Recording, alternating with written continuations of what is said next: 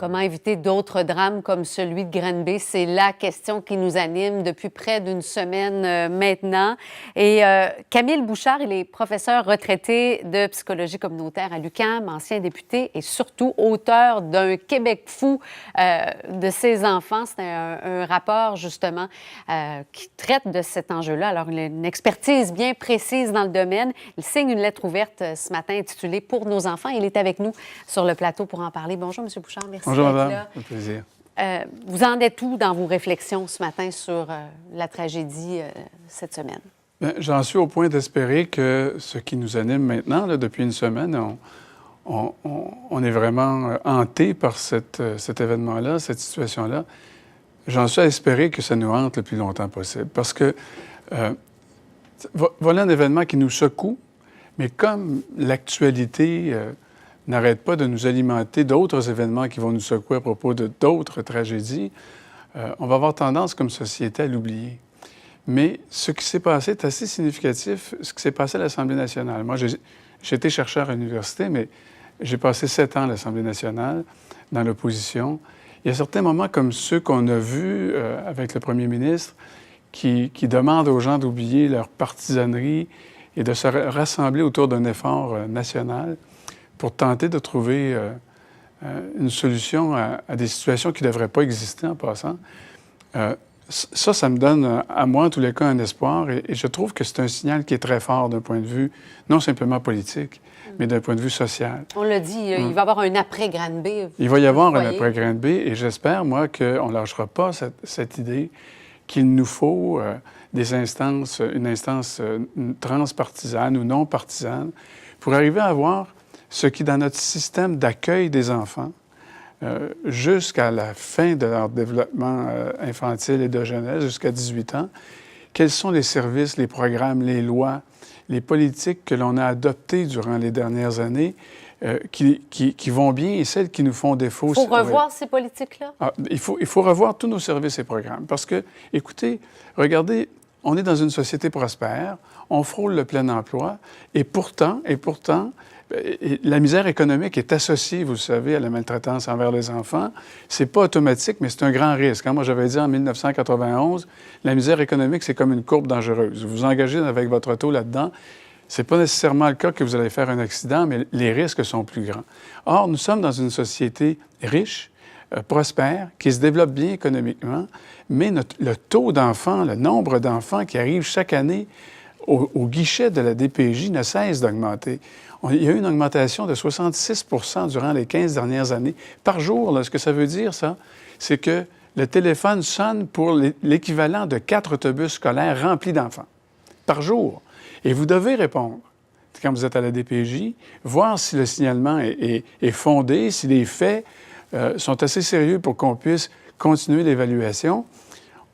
Au bout du compte, on dit, bon, il y a 40 à 50 % de ces cas qui ne sont pas sérieux à ce point qu'on va les accepter à la DPJ, mais on s'assure que d'autres personnes, s'il y a un petit problème, qui font le suivi. Mais tout ça, c'est fort complexe, comme vous le voyez. Mais avant que ça n'arrive à la DPJ, normalement, on devrait pouvoir accueillir et suivre ces familles et ces enfants qui présentent des problèmes alors qu'ils ne sont pas aussi criants qu'ils peuvent le devenir éventuellement. Et ça, c'est la première ligne de nos services. C'est les CLSC, les organisations communautaires, etc. Donc, c'est ça. Vous le dites, il y a plusieurs aspects. Là. Vous dites que la DPJ ne doit pas porter à elle seule tout le poids de la mort de cet enfant-là. Par contre, les besoins augmentent, mais l'argent, les budgets ont baissé. Oui. Alors, les budgets n'ont pas suivi.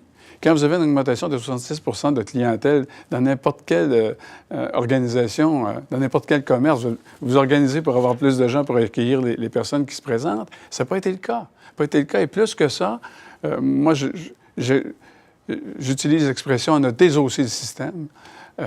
Très récemment, on a fait une réforme. M. Barrette a fait une réforme. Et il demandait à tous ses gestionnaires de se représenter à un poste au 1er avril de l'année de la réforme pour pouvoir réappliquer sur un emploi. Mais il avait éliminé dans son scénario un tiers des postes de gestionnaires en services sociaux, en DPJ. Et ce qu'il faut comprendre, ce ne sont pas des bureaucrates, ce sont des gens qui font souvent et très souvent du suivi de formation auprès de leurs équipes, de la supervision clinique, qui règlent des cas difficiles, qui ont une expérience. On a perdu ça dans le système. Donc, c'est un manque d'argent ou un manque le recrutement qui est difficile, un peu des deux? Le recrutement est difficile parce que voyez ce qui se passe. Quand un drame comme celui-là, et qu'on commence à analyser les systèmes, puis on le fait assez régulièrement, l'analyse du système de la DPJ, on la blâme terriblement pour tous les maux, bien, les jeunes travailleurs sociaux, psychoéducateurs, etc., n'ont pas tendance à appliquer pour aller travailler dans un environnement comme celui-là. Donc, et je vous dis, il y a quelques années, alors que j'étais chercheur, il y a un étudiant au doctorat qui avait fait une recherche fantastique où on avait trouvé que l'élément principal là, dont doit tenir compte un intervenant dans ce milieu-là, c'est son propre stress.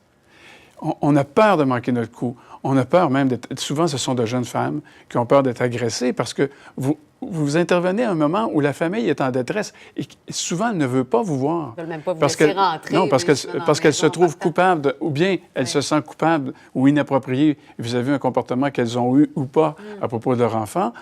Elles entendent parler qu'ils peuvent... La DPJ peut vous enlever votre enfant. L'accueil n'est pas là, là. Alors, c'est un travail qui est extrêmement difficile. Donc, il faut arriver à réorganiser ce système pour que les intervenants ils trouvent un appui solide, un soutien continu de la part de leur environnement de travail, de leurs collègues et de leurs supérieurs. Votre expertise va assurément contribuer à faire en sorte qu'on ait cette réflexion-là. Peut-être en terminant, souvent les recherches démontrent qu'un parent battu dans sa jeunesse, on sait que dans ce cas-ci, on a pu constater qu'il y avait des antécédents aussi là, chez les parents. C'est vrai, ça, qu'ils ont tendance à maltraiter aussi à nouveau? C'est une grosse sonnette d'alarme. Encore une fois, ce n'est pas automatique. Hein? Le pourcentage de parents qui reproduisent ce schème-là, c'est pas au-delà de 50 %. C'est inférieur à ça. Je ne connais pas les derniers chiffres, je n'ai pas vu les dernières études. Mais le risque augmente parce que vous n'avez pas acquis un répertoire de comportement qui est compatible avec votre rôle de parent, qui est de répondre adéquatement aux besoins de vos enfants, même si les besoins des enfants sont difficiles à rencontrer. C'est un dur métier d'être parent. Et le premier modèle que vous avez, c'est celui de vos propres parents ou de l'entourage immédiat.